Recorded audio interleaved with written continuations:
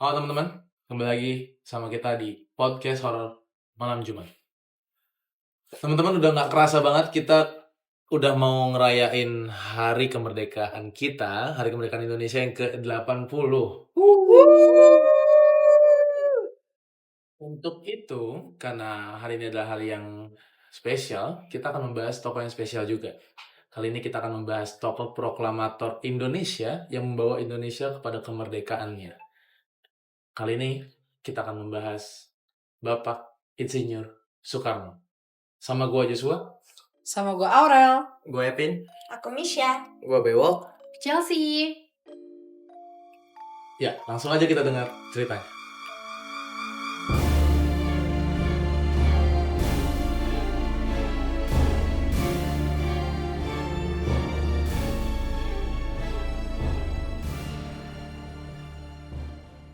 Kita kenalan dulu sama Bapak Insinyur Soekarno. Oke. Jadi Insinyur Soekarno ini lahir pada tanggal 6 Juni 1901 dengan nama yang awalnya berbeda jauh dengan nama Soekarno. Awalnya itu bernama Kusno Sosrodihardjo. Kemudian pada tahun 1909 namanya baru diganti menjadi Soekarno. Ganti nama dia tuh ya? Iya. Cengneng. Karena kalau menurut orang tuanya namanya itu terlalu berat. Jadi akhirnya diganti jadi Soekarno. Nah, selama dia sekolah, pas dia masih muda banget, dia itu udah bisa nguasain total 9 bahasa. Beberapa diantaranya yakni Belanda, Jawa, dan juga Inggris. Kecil ya? Iya. Nah, pada 1911, ia sekolah di Europese Lagere School. Itu merupakan sekolah yang didirikan oleh pemerintahan kolonial Belanda yang sekarang kita kenali sebagai sekolah dasar atau SD. Kemudian dengan bantuan teman dekatnya ayahnya, yakni Hos Cokroaminoto, ia masuk ke Hoogheberger School atau HBS. Itu merupakan yang kita kenali sekarang setara dengan SMP ataupun SMA. Nah, selama dia bersekolah di HBS, ia tinggal bersama Hos Cokroaminoto ini. Dan selama dekat sama Cokroaminoto, ia mulai berkenalan dengan para pemimpin-pemimpin atau para politik-politikus yang lain. Akhirnya dia juga salah satu orang yang terlibat dalam penulisan koran utusan Hindia. Ini semua terjadi pas dia masih duduk di bangku SMA. Kemudian dari sana ia melanjutkan ke Technische Hogeschool yang kini kita kenali sebagai ITB. Nah, di situ dia mengambil jurusan teknik sipil. Karena ia harus pindah ke Bandung, ia tinggal bersama Haji Ahmad Sanusi, seorang pengusaha yang aktif di organisasi Sarekat Islam. Nah, ketika Insinyur Soekarno berusia 26 tahun, ia membangun Partai Nasional Indonesia atau yang kita kenali sebagai PNI. Nah, selama dia bertugas di organisasi tersebut, dia sempat tertangkap oleh Inian Belanda? Polisi, Satpol PP. Bukan dong. Apa? Oleh apa sih bahasanya, kok aku ngeblank. Pokoknya kayak para petugas. Dia ditangkap oleh pokoknya orang kolonial Belanda bersama juga dengan 3 anggota PNI yang lain. Namun pada tahun 1930 ia ditangkap lagi oleh pemerintahan Belanda, pengusaha Belanda, karena ia berkonflik dengan orang tersebut. Akhirnya pada tahun 1931 PNI tersebut dilarang dan dibubarkan. Dibubarkan dan dilarang. Nah, pada 1932 Insinyur Soekarno itu mendapat kritik yang pedas yang menusuk di hatinya. Pokoknya alasannya karena pemuda itu dan Soekarno memiliki pandangan politik yang amat berbeda. Pemuda tersebut bernama Muhammad Hatta. Meskipun pandangan tersebut, mereka mengesampingkan hal tersebut untuk fokus kepada kepentingan Indonesia untuk sama-sama, ayo kita merdekakan Indonesia. Dengan satu tujuan tersebut, akhirnya Insinyur Soekarno dan Muhammad Hatta menjadi sosok proklamator pada tanggal 17 Agustus 1945. Pada tanggal 18 Agustus 1945, mereka ditunjuk oleh PPKI melalui pemilihan yang dilakukan secara aklamasi, bukan seperti yang kita lakukan sekarang, yakni pemilihan umum. Nah, dan resmilah Bapak Insinyur Soekarno dan Muhammad Hatta menjadi presiden dan wakil presiden pertama di Indonesia.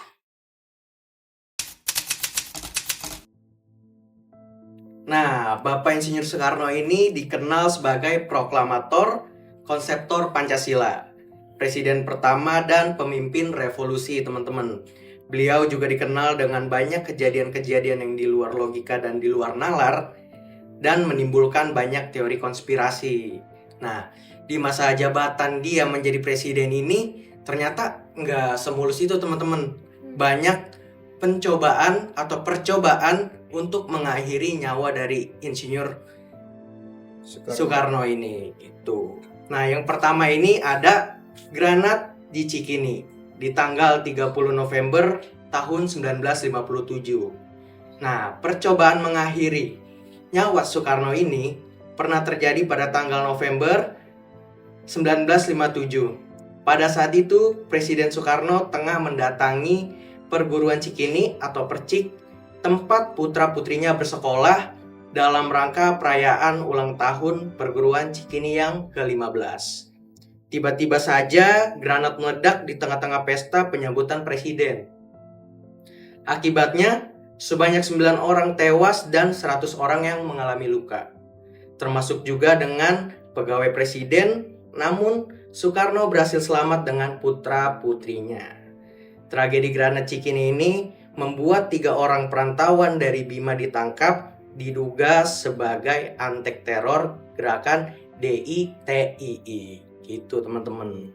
Oke, ternyata bukan cuma satu tapi masih banyak ya, Ger. Nah, itu dia. Percobaan mengakhiri nyawa Pak Presiden ini.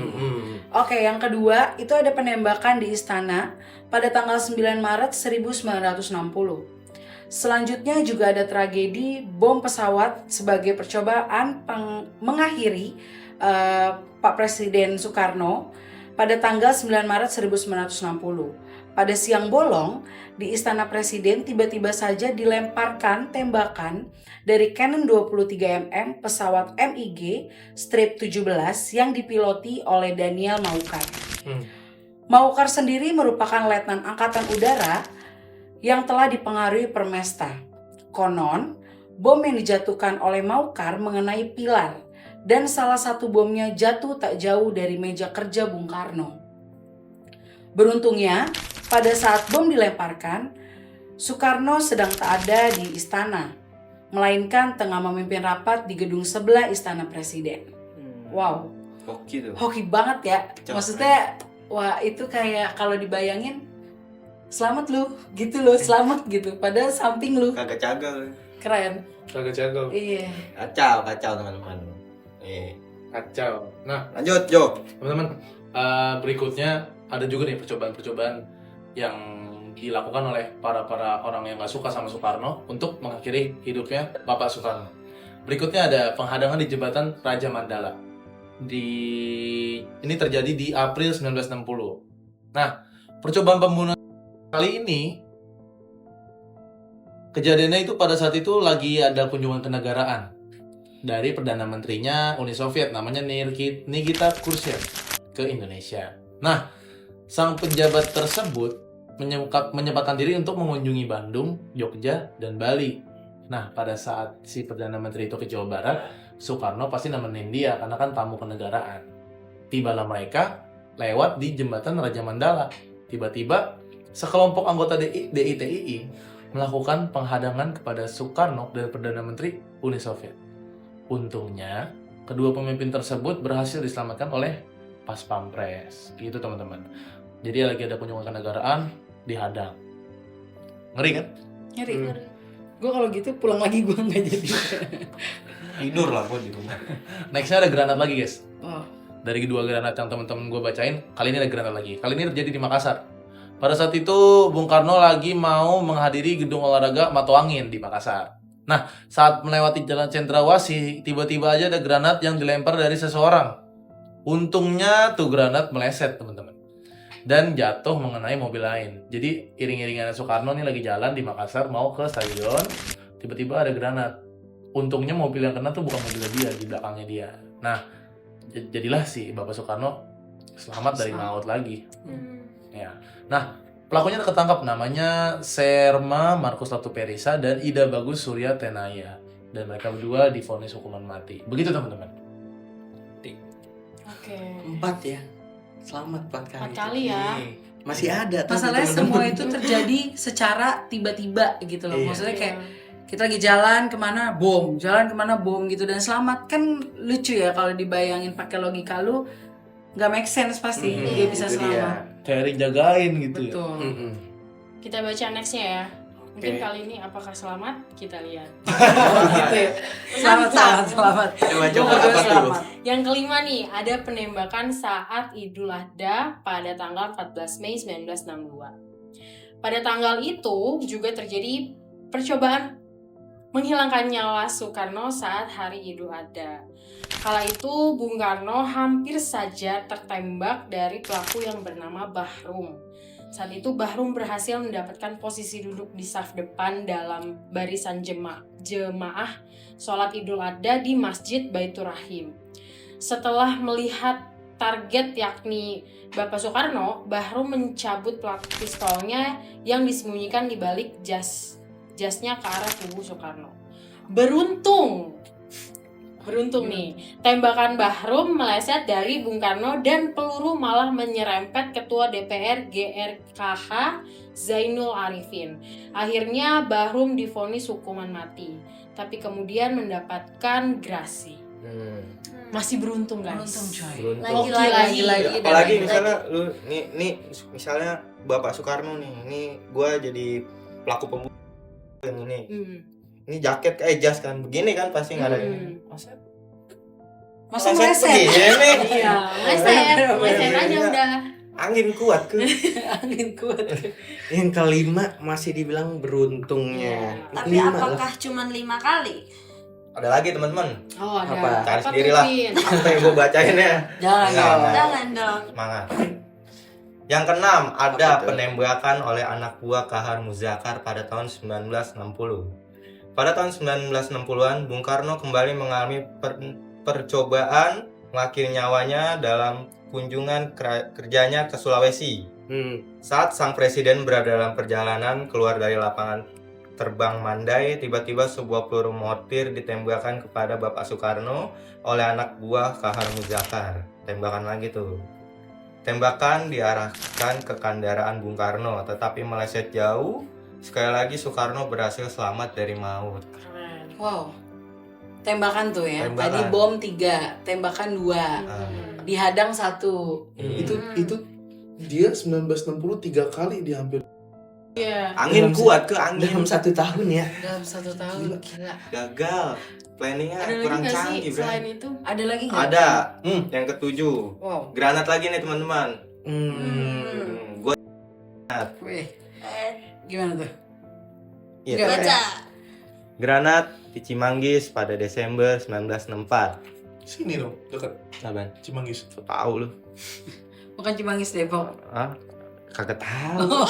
Lanjut. Kita makan di sini ngerantau gitu. Kita orang Eropa. Oke, lanjut coba. Percobaan pembunuhan Soekarno paling menghebohkan yang terakhir terjadi pada Desember 1964. Pada saat itu, Presiden Soekarno sedang dalam perjalanan dari Bogor menuju Jakarta. Rombongan Presiden membentuk konvoi kendaraan saat perjalanan, kemudian tiba-tiba saja seorang lelaki melemparkan sebuah granat ke arah mobil Presiden. Beruntungnya, jarak pelemparan granat berada di luar jangkauan mobil. Saat melaju, Soekarno pun kembali selamat, teman-teman.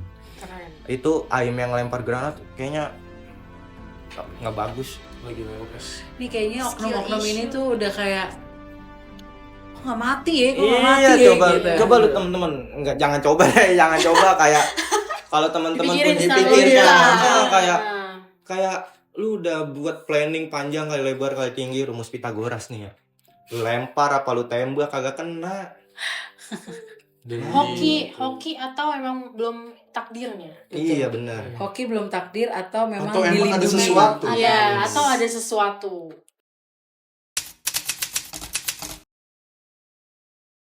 Kemungkinan emang Bapak Soekarno ini hoki atau beliau punya ilmu, teman-teman. Ilmu. Ilmu. Nah, yang membuat dirinya itu tidak bisa mati atau meninggal gitu. Nah, ini dia. Banyak berita konspirasi yang membuat Soekarno katanya punya ilmu. Itu dia. 7 kali. 7 kali selamat. Kalau dibilang banyak berita konspirasi, Mhm. aku ada beberapa nih artikel. Aku udah baca-baca berita. Boleh. Aku bacain ya. Boleh, coba. Sedikit. Jadi ada banyak kepercayaan dari masyarakat sekitar bahwa Bapak Insinyur Soekarno memiliki hubungan khusus dengan Nyi Roro Kidul. Bahkan ada yang meyakini bahwa beliau menikah dengan sang ratu selatan ini. Ratu Dan Laut. demi mendapatkan legitimasi kekuasaan dan kekuatan spiritual. Bung Karno dikenal sering mengunjungi Pelabuhan Ratu, pusat perkembangannya legenda Nyi Roro Kidul. Bukan hanya saat menjabat presiden, tetapi juga sebelumnya dia juga mengunjungi tempat itu. Oh, jadi sebelum menjabat dia udah Ya, setelah kesana keluar juga? dari penjara kolonial. Oke, coba lanjut, Kak. Pada 1 Maret 1951, dalam pidatonya di Pesanggerahan Pelabuhan Ratu, Bung Karno mengungkap bahwa ia pernah tinggal di pesanggerahan tersebut pada 1933 untuk memulihkan kesehatan. Catatan lain menyebut bahwa pada 1930 ia sempat bertapa selama 3 bulan di bawah sebuah pohon yang kini berada di tempat Hotel Samudra Beach, di mana ia berjanji kepada Nyi Roro Kidul untuk melakukan sesuatu. Jadi itu dia di hotel yang kemarin kita bahas ya. Iya, ini tuh sama banget yang gue. Kalian kalau penasaran boleh nonton Ya, episode nonton kemarin. di Episode episode sebelumnya, kemarin yang iya. ada part 1 dan part 2. Itu Dibahas di situ Itu dibahas juga Iya, di situ. hotelnya ya. ya. Iya, itu. Oke, gue lanjutin cerita Chelsea ya. Mhm. Karena dia udah gak kuat katanya. Iya. Kenapa aku tuh? sanggup. Gini. Karena udah bahas Ratu Selatan jadi kayak aduh Oh, iya. ngeri banget nih. Ada yang pakai baju hijau? Tidak. Oh, enggak Tidak. ada. Aman berarti. Eh, Oke, selain itu Bung Karno juga pernah bertapa di pantai Karanghau di Gunung Winarum yang memiliki makam keramat Mbah Rembang. Salah satu gua di lereng gunung ini konon digunakan olehnya untuk menyepi dan merancang strategi melawan Belanda. Wow. Pasca dekret Presiden 1959, ia kembali menyepi di Pelabuhan Ratu. Beberapa kisah menyebut bahwa setelah lengser, hubungan mistis Bung Karno dengan Nyi Roro Kidul diputuskan. Bung Karno bahkan pernah berwasiat untuk dimakamkan di Istana Batu Tulis Bogor, yang diyakini sebagai gerbang penghubung dengan Prabu Siliwangi, figur yang dalam legenda merupakan ayah dari Nyi Roro Kidul. Namun, keinginan ini tidak dipenuhi oleh Pak Soeharto karena dianggap dapat mengancam kekuasaannya. Hingga kini, jejak peninggalan Bung Karno di Pelabuhan Ratu seperti Pesanggerahan Tenjo Resmi dan Kamar 308 Hotel Grand Ina Samudra Beach masih erat dikaitkan dengan Nyi Roro Kidul dan menjadi tujuan peziarah. Dalam pidato 17 Juli 1959 di Istana Merdeka, Bung Karno menyebut Nyi Roro Kidul sebagai Ratu Laut Selatan. Menegaskan pentingnya hubungan itu bagi kekuatan negara. Sebagian pihak melihatnya sebagai simbol penguasaan laut yang dianggap krusial bagi pemimpin Nusantara yang terdiri dari banyak pulau khususnya di Indonesia. Gitu. Karena Indonesia itu adalah negara maritim. Gila memang. Gila gokil. Siap. Hormat Gitu guys. Yang kemarin kita bahas juga kayak gini gak sih? Iya. Yang Tapi ini kita benar-benar mengenal sosok Bapak Soekarno Iya. dari siapa beliau, apa aja yang terjadi sama beliau pada saat menjadi presiden, dan ternyata banyak berkendala ya. iya dan banyak hal mistis juga yang bersangkutan dengan beliau. 7 loh, selamat teman-teman kayak. Keren. Kayak nyawa kucing ya. 9. Oh, 9. Salah ya? Kurang Salah. dua. kurang dua. Janganlah. Tapi ya pasti merinding. Gue sih kalau jadi dia nggak bakal tenang sih kalau Iya. Iya, Iya loh, banyak setahun teror 3 juga. kali. tidur aja pasti nggak bisa. Karena kan ya lu nggak tahu lu tidur. Tapi bayangin deh kalau misalnya emang ternyata beliau punya hubungan khusus dengan si Ratu Laut Selatan ini, dia gue rasa kalau gue jadi dia, gue gak akan khawatir sih hidupnya, karena gue ya udah gue dilindungin gitu. Ya nggak sih? Ya, Menurut kalian bener nggak sih itu? Iya sih, tapi perasaan nggak tenang tuh ada pasti Kak. Kayak dimanapun lu pengen coba diakhirin nyawa. Iya sih. Nggak Meskipun mungkin lu punya sepede itu ya. pelindungan, iya. Pasti kayak ya berasa lah. Coba gue telepon Nyi Roro Kidul. Wes. Halo Nyai. Iya, halo Nyai, ini kawan gue gimana? Ini pas banget kita lagi bahas Soekarno. Gak mungkin kita tidak memberikan mengingat kalimat-kalimat yang dia berikan kepada kita warganya, Oke, gitu kan, ya kan? Sekarang aku baca dulu guys. Beri aku 10 pemuda, maka aku goncangkan dunia, Wah, ya kan? Itu tuh kalimat di Soekarno yang kita ingat sampai hari ini, bener gak sih? Bener gak? Ini gue kaget banget. Gue berguncang gue. Gimana ya? Bener nih. Ngomong ngeliat.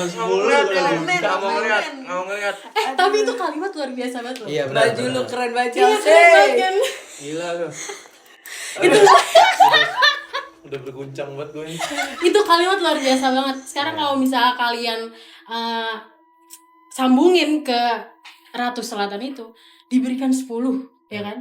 Diguncangkan dunia, coba. Cuma 10 ya. 10 pemuda tuh. 10. 1 2 3 4 5 6. Jangan-jangan 7 8. 10-nya Pas loh di sini kita bisa guncangkan dunia ini. Gila emang. Guncang. Enggak begitu. Apa? Bener apa? Apa Jo? Coba. Enggak, jangan berikan 10 pemudanya buat dikasih ke Nyi Roro Kidul. Terus Nyi Roro Kidul emang guncangkan dunia dengan Kecilnya kekuatan. Rekidul. Wes. Gila bunyi cowok dadanya. Serem banget. Aduh. Tapi ya maksudnya kalau dipikirin cuma butuh 10 buat apa? Dunia lagi. Iya. Iya. Tapi itu sebenarnya ada maknanya kok. Itu kalimat tuh ada maknanya. Apa tuh Chelsea? Jadi Soekarno itu melihat bahwa pemuda memiliki potensi besar untuk membawa perubahan signifikan bagi bangsa Indonesia ini. Wow. Gitu.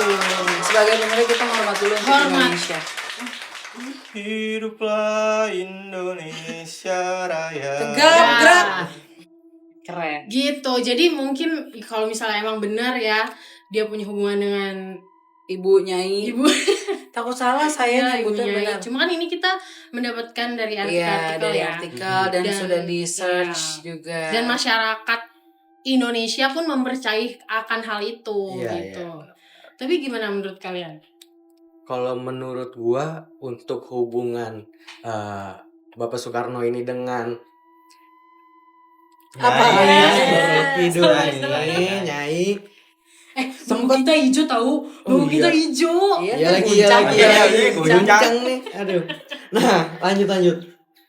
Jadi tuh sempat lewat di FYP sosial media gua, ada juga yang ngebahas soal hubungan ini gitu loh. Kayak gua awalnya Relationship ini iya, ya. gua kaget kan, karena yang gua tahu itu sampai saat gua baru nonton itu kayak, oh ternyata sejarah itu di belakangnya ada hal-hal kayak gini loh temen-temen gitu.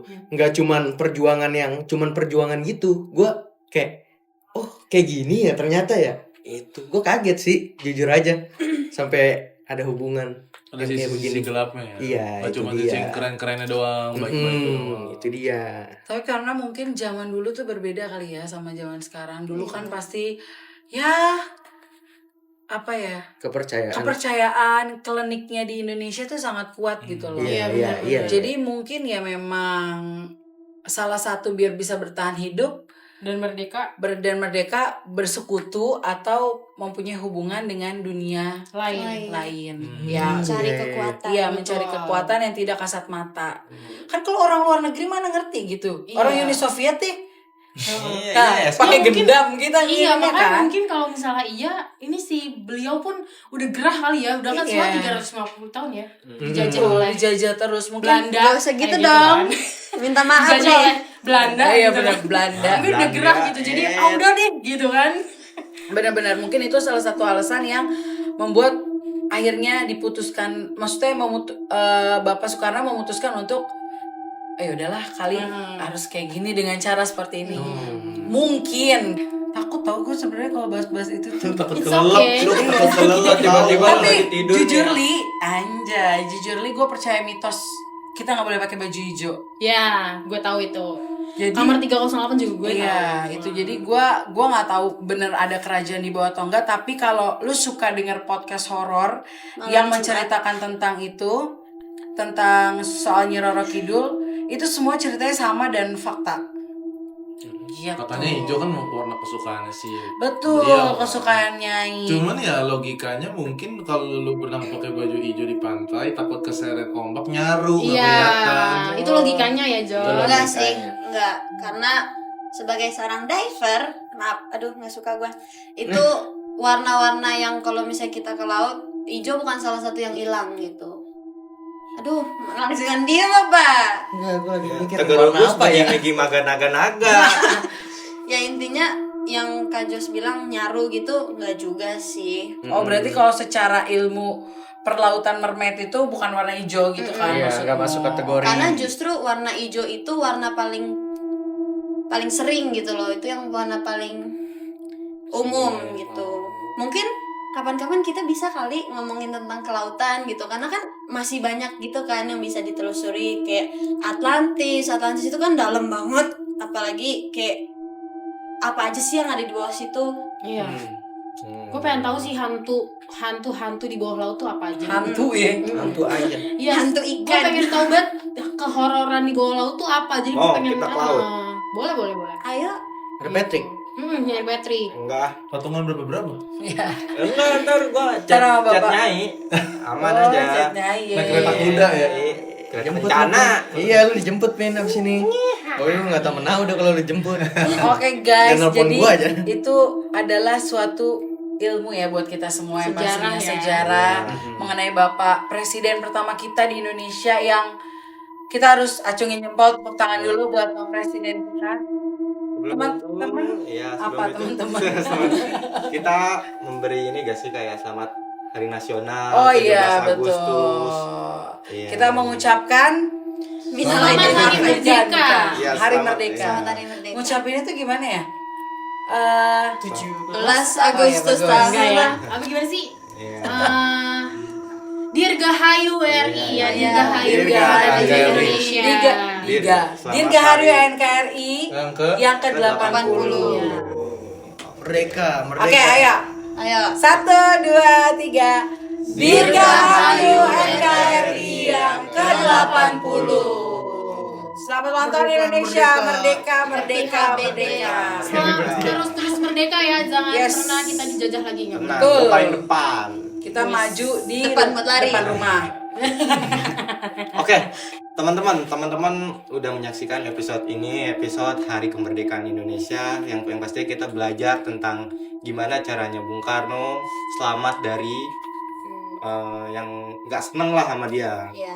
Teman-teman juga jangan lupa follow, subscribe, like, follow, komen juga untuk cerita-cerita horor kalian di IG kita di @podcasthorormalamjumat. Terus kalau misalnya kalian punya pandangan atau sesuatu yang bisa nambahin, pandangan yang berbeda, bisa banget ditulis di kolom komentar. Oke.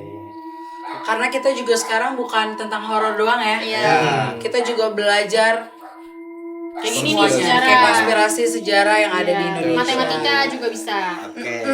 Kak Chelsea aja tapi. Oke. Dadah. Terima kasih, sampai jumpa di episode selanjutnya. PHMJ Merinding bareng-bareng.